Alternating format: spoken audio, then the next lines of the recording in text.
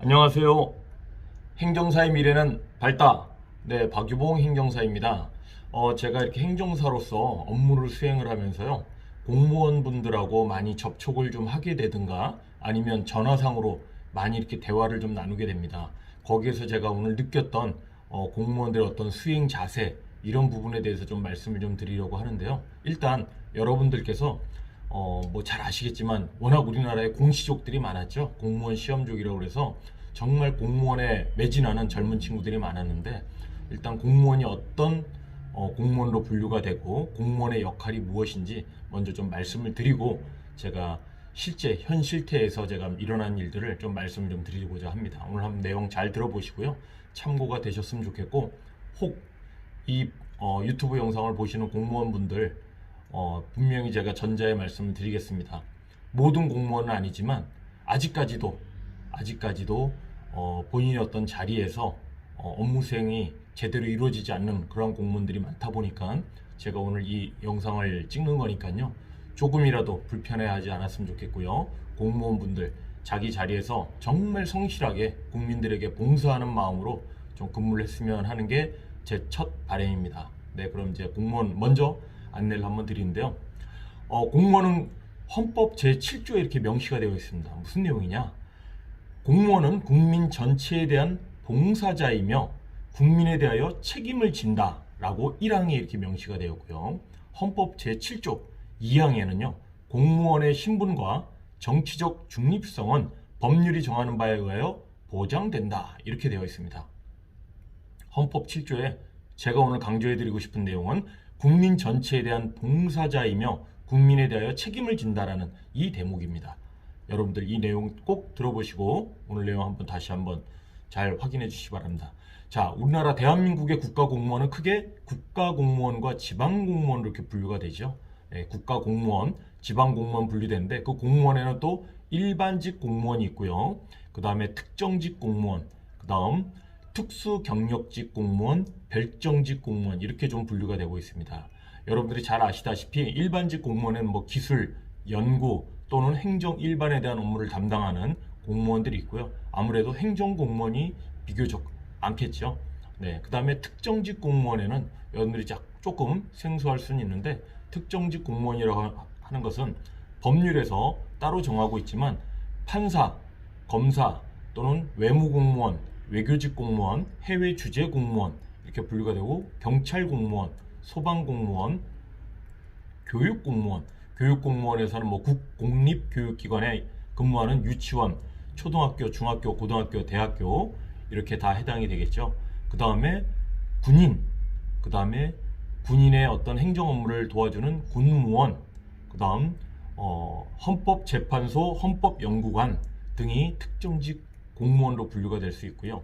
특수경력직 공무원은 뭐냐면 좀 정무직 공무원이라고도 표현을 하는데, 좀 직급이 높으신 그런 분들을 정무직 공무원이라고 하죠. 선거로 취임을 하거나 임명할 때 대한민국 국회 또는 지방의회의 동의가 필요한 공무원이라고 할 수 있습니다. 거기에는 대표적으로 대통령이 있고요, 국회의원 또는 지방자치단체의 장이 있고요, 지방의회 의원이 있죠. 그 다음에 교육감 또는 국무총리에서 고도의 어떤 정책 결정 업무를 담당하거나 이러한 업무를 보조하는 공무원으로서 법령이나 조례에서 정무직으로 지정하는 공무원을 특수경력직 공무원으로 이렇게 분류할 수가 있고요. 그 다음에 별정직 공무원은 통상 비서관의 어떤 비서, 국회의원 보좌관들이 많이 있죠. 국회의원 보좌관, 보좌 업무를 수행하거나 특정한 어떤 업무 수행을 위해서 법령에서 별정직으로 지정하는 공무원을 별정직 공무원이라고 이렇게 칭하고요. 통상 우리 대한민국 사회에서 공무원에 대한 어떤 인식이 좀 비교적 안 좋았을 때가 언제냐면, 제가 이렇게 돌이켜 보니까 1997년 IMF가 터지기 전에는 사실 공무원에 대한 어떤 인식이 굉장히 좀 안 좋았습니다. 그 다음에 사실 공무원을 선호하기보다는 대기업을 많이 선호를 했었죠. 네, 그런 어떤 인식의 차이가 IMF라는 금융 위기로 인해서 우리나라에 어떤 직업적인 전환도 크게 일어났는데, 이 IMF로 인해 가지고 공무원에 대한 어떤 이 호응도가 상당히 좀 좋아졌다고 이렇게 생각할 수 있고, 그에 반하여 공무원에 대한 어떤 안 좋은 시각은 1990년대나 2000년대나 지금 2021년 12월이지만 지금까지도 변하지 않는 그런 부분이 있어요. 뭐냐 하면 여러분들 잘 아시겠지만 무사안일하다. 그죠? 많이 들어보셨을 거예요. 그 다음에 복지부동이다. 네, 움직이지 않는다는 거죠. 복지부동이다. 그 다음 또 가장 많이 듣는 소리가 뭐죠? 철밥통이다. 네, 아무리 니들이 해봐야 나는 해임이 안 된다, 해지가 안 된다. 이런 고정관념에 좀 안 좋은 그런 시각이 좀 많이 있었죠. 그 다음에 또 많았던 게 전시행정을 많이 한다. 즉 국민들에게 보여주기 위한 어떤 행정 서비스, 행정 업무를 많이 하고 탁상공론이라는 이야기 들어보시죠. 네, 책상머리에 앉아가지고 행정의 어떤 서류 계획하고 준비하고 실행하고 평가하는 이러한 모든 내용이 책상에서 이루어진다고 해서 탁상공론하고 무엇보다도 이런 모든 이 업무 처리들이 공무원들이 경직된 일 처리를 한다라고 이렇게 좀 판시하는 경향이 국민들의 어떤 시각, 부정적인 시각이 굉장히 많았었습니다. 그러다 보니까 사실 과거에는 공무원들이 부작위라고 했죠. 부작위라고 하는 것은 바로 업무를 수행을 해야 되는 공무원이 그 일 처리를 하지 않는 것이 바로 부작위입니다. 안 하려고 하는 거죠. 본인의 업무를. 그게 바로 부작위인데 부작위에 해당되었을 때는 공무원도 중징계 또는 경징계 이렇게 처벌을 그 업무 순위에 봐서 수위를 보고 이렇게 징계를 받을 수 있다라는 거. 그것도 여러분들 좀 참고로 알아두시고요. 특히 이제 2016년도 3월에 보니까 소국행정 지금 방금 말씀드린 부작위만으로 공무원을 파면할 수 있는 입법이 올려졌었다고 하네요. 그 부분도 좀 참고하시고요. 일단 공무원에 대한 어떤 긍정적인 요인은 아무래도 근무 환경이 좋죠. 근무 환경 좋고 조기에 출근하고 조기에 퇴근하고 그 다음에 야근 업무 없고 그 다음 무엇보다도 복리후생 복지 제도가 굉장히 잘 되어 있죠. 그래서 공무원 어떤 그런 뭐 연수 교육도 많이 받고 그 다음에 공무원으로서의 어떤 혜택 그런 게 아무래도 많이 주어지는 게 공무원의 어떤 장점이기도 합니다. 제가 오늘 공무원에 대한 말씀을 드리려고 자료를 이렇게 들어가다 보니까 2021년 정부의 공식 통계에 의하면 우리나라 공무원이 161만 3천 명이라고 합니다. 161만 3천 명. 그 중에 119만 거의 120만 명이죠. 119만 4천 명이 정부 소속의 정규직 공무원이고요.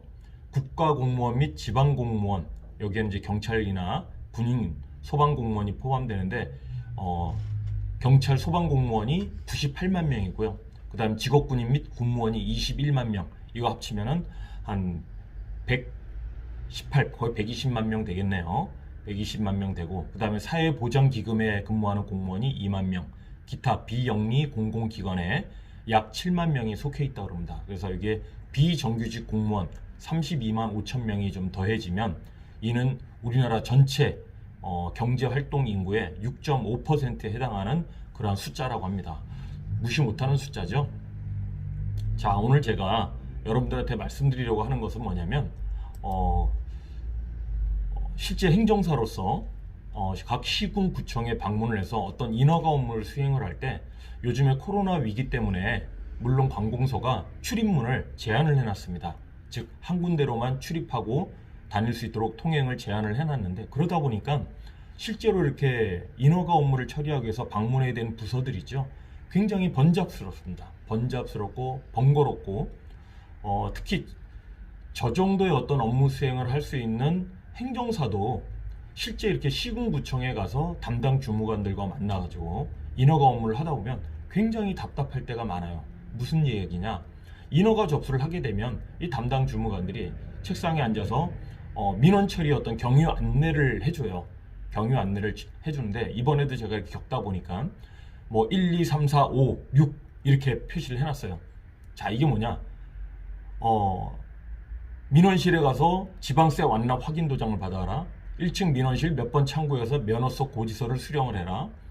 1층 민원실 문 앞에 어딜 가서 면허세 납부도 해라. 1층 민원실 몇 번 창구에 가서 민원 서류 접수하고 수수료 납부를 해라. 별관에 다시 방문해서 이 서류에 대한 어떤 다시 접수된 민원 처리 내용 및 신고증을 발급받아라. 그리고 나서 다시 최초 방문 접수했던 그 주무부서에 가서 최종 허가증을 받게 되는 이런 업무 수행을 하다 보니까 제가 저 딴에는 빨리빨리 업무 수행을 했는데도 짧게는 1시간, 길게는 1시간 반 이상이 소요가 되더라고요. 제가 오늘 드리려는 말씀은 뭐냐면 이러한 어떤 인허가 업무를 할 때는 해당 시군구청에 사실 그 시군구청 내에서는 다 협조부서잖아요. 그죠? 협조부서인데 조금씩 자기들이 업무를 협조만 해주면 확인하고 도장만 찍고 처리하면 가능할 일을 이게 민원인이 직접 들어가 가지고 이 업무 처리를 다 하다 보니까 정말 쉽지 않았더라는 거, 이거 오늘 제가 말씀드리고 싶습니다. 특히 연세가 좀 있으시고 60세 넘으시고 70세 정도 되신 분들은 과연 이런 인허가 업무를 하시다가 얼마나 스트레스를 좀 받으실까라는 생각을 좀 해봤고요. 그 다음 무엇보다도 이러한 시군구청에 방문을 해서 민원 업무를 처리할 때 이 공무원들의 자세예요. 정말 이 표정 자체가 묵뚝뚝하고 밝지가 않고 자기 시민, 군민을 대하는 그러한 공무원의 뭐 국가직 공무원이든 지방 공무원이든 똑같습니다. 정말 불친절하다는 거, 이거 오늘 제가 강조하고 싶습니다. 너무 대다수의 공무원들이 너무 경직되어 있고요. 너무나 딱딱하고 자기의 원칙에 입각해서 민원인들을 상대한다는 거, 이거 꼭 공무원분들 자세 좀 고쳐주시기 바랍니다. 아까 제가 헌법 7조 말씀드렸죠? 국민을 위해서 봉사하는 자리입니다. 자기가 어떤 시험을 합격을 해서 공무원이 있다고 해서 특권의식을 가지는 자리가 아니에요. 근데 제가 이렇게 만나본 좀 많은 대다수의 젊은 공무원분들이 특권의식을 가지고 있더라고요. 아주 잘못된 자세라고 저는 꼭 꼬집어서 말씀드리고 싶습니다. 그 다음 또 한 가지 말씀드릴게요. 이렇게 행정 업무를 처리하다 보면 행정수수료라는 게 들어가잖아요. 행정수수료에 보면은 각 그 행정 그 업무 신고서에 보면 수입 증지 또는 수입 인지를 얼마의 금액을 내도록 되어 있죠. 바로 행정수수료인데 이 행정수수료가 저와 같은 행정사들도 정부 수입 인지라고 그러죠. 네, 대한민국 정부 수입 인지를 우체국이나 온라인상으로 구매를 할 수가 있습니다. 그래서 종이로 이거를 출력을 해서 부침 자료를 해서 제출을 해서 하는 경우가 있는데 이번에 겪다 보니까 참 답답한 부분이 있었습니다. 왜? 이 정부 수입인지를 지방세하고 구분을 하더라고요. 무슨 말이냐? 각 지방에 있는 시군구청은 정부 수입인지를 받지 않는다는 소리예요. 정부 수입인지가 뭔지도 모르고 있더라고요. 너무나도 답답하고 업무를 처리하는데 관련 법규도 모르고 있고, 이거는 제가 알기에 인지세법으로 알고 있습니다. 제가 전자수입인지 서비스에 대해서 잠깐 들어가 보니까요. 기획재정부는 수입인지에 관한 법률의 개정을 통해 현행 수입인지제도에 관련하여 행정기관, 외부에 있는 수입인지 판매처, 즉 은행이라든가 우체국이 되겠죠. 방문 및 신용카드, 사용 제약 등 국민 불편사항을 개선하고자 인터넷 등으로 수입인지를 구매할 수 있는 전자수입인지 제도를 도입하였다고 그랬습니다. 자, 여기에 대면 이 관련 법은 인지세법 제3조에 명시가 되어 있네요. 이렇게 말씀드린 것 같이 제가 이렇게 행정수수료를 정부 수입인지로 미리 출력을 해서 가져가서 업무 처리를 하려고 했는데 이게 조차가 어떤 합당한 논리의 어떤 관련 법을 들은 내용이 아니고 저희는 이게 아닙니다. 지방세법으로 따로 결제를 해주세요 라고 하는 답답한 어떤 그러한 공무원의 자세로 조금 화가 나기도 했습니다. 저도 이렇게 업무 수행을 하면서 짜증이 나고 불편하고 화가 나는데 다른 민원인분들은 얼마나 화가 날까 저는 생각을 해서 오늘 이 유튜브 영상을 올리게 됐고요. 서두에도 말씀드렸듯이 대다수의 공무원은 아닙니다.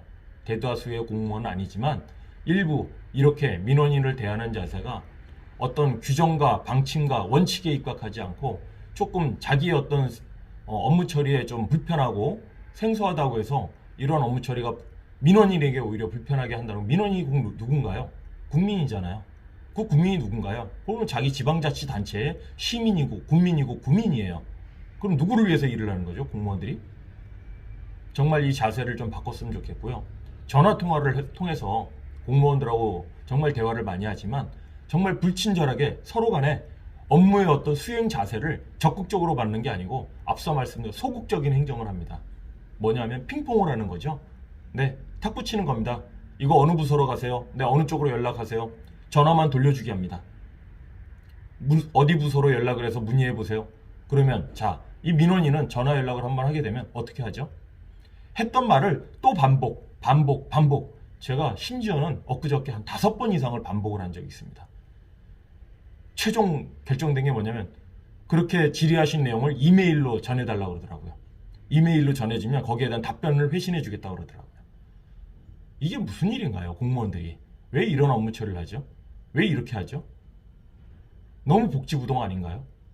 저는 최근에 제가 이렇게 행정사로서 현업의 업무를 하면서 공무원들하고 부딪히면서 공무원들이 너무나도 정말 불편하게 업무 처리하는 내용을 직접 몸으로 이렇게 체험을 하다 보니까 오늘 이 영상을 올리게 됐고요. 이 영상을 보시는 공무원분들 다소 불편하실 수 있지만 정말 국민을 섬김으로써 국민을 위하는 자세로 공직에 임하신다면 좀 더 본인의 자세를 뒤돌아보시고 정말 친절하고 국민에게 공손하게 근무하신 자세가 필요하다고 오늘 꼭 저는 말씀드리고 싶습니다.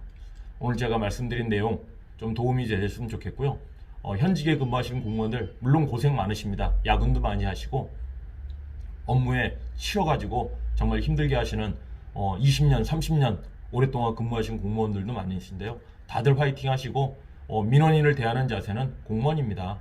공무원들이 자기의 어떤 안위를 위해서 이렇게 좀 민원인을 무시하고 민원을 함부로 이렇게 대한다면 그 국가는 발전할 수 없다고 저는 생각을 합니다. 오늘 이 말 꼭 명심해 주시고요. 제가 다시 한번 말씀드리지만 이 공무원이라는 자세는 국민을 정말 국민에게 봉사하는 자세라고 꼭 생각을 해주시고 이렇게 근무해 줬으면 좋겠습니다. 오늘 여기까지 하겠습니다. 좋은 도움이 되셨으면 좋겠습니다. 감사합니다.